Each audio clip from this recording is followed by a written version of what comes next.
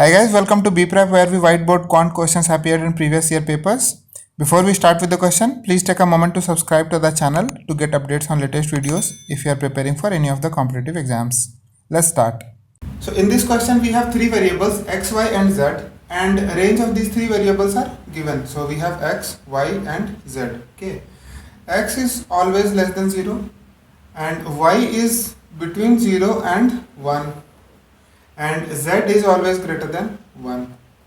So we have these three variables, and which of the following may be false. So we have four options. We need to find out which of the option may be false. So let's look at the first option, which is x square minus z square has to be positive. Okay.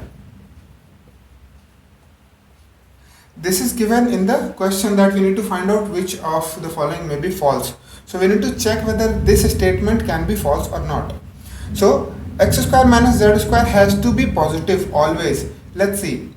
So x has a value lesser than 0, that means x will hold a negative value. But because x is a square, any negative value won't matter because square will make that number positive. But z is always greater than 1. So for example, if we take a value of x, let's say minus 2, okay, minus 2 is less than 0, so x can be minus 2. And z is always greater than 1. Let's say the value of z be 3 in this case. So their square, okay, this will be 4 minus 9, which is less than 0, okay, or this is negative.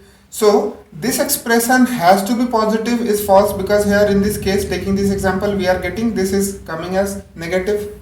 So this statement may be false. So option 1 is the right answer. Okay, let's go through other options as well to see if there is any conflict or to understand better.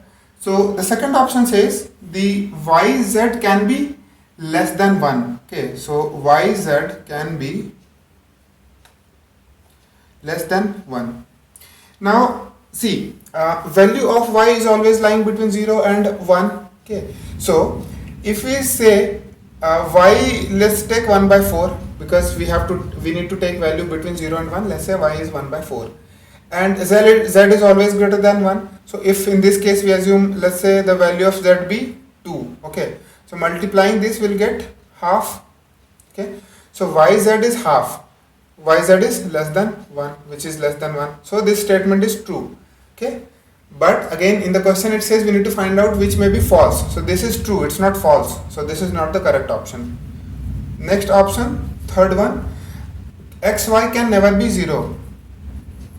Okay, so see, x is a non-zero value and y is also a non-zero value, because their x is lesser than 1, it's not less than equals to, and y is also not less than equals to, it's always greater than 0. So neither x is a 0, neither x can hold a 0 value, neither y can hold a 0 value, so their multiplication can never be a 0. Okay, so this can never be 0, so this statement is true. Okay, hence this cannot be a correct choice, because we need to find out which statement is false.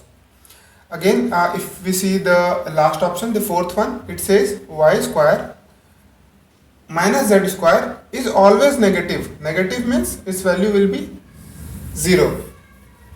So see, because y value is always lesser than 1 and z is always greater than 0, so any value here will always be less than the value of this. Okay, so y, because y is always less than z, you see here y is less than 1 and z is always greater than 1. So y is always less than z, so y square will always be lesser than z square. And if y square is always lesser, if we subtract z square from this, then this expression will always result in a negative value.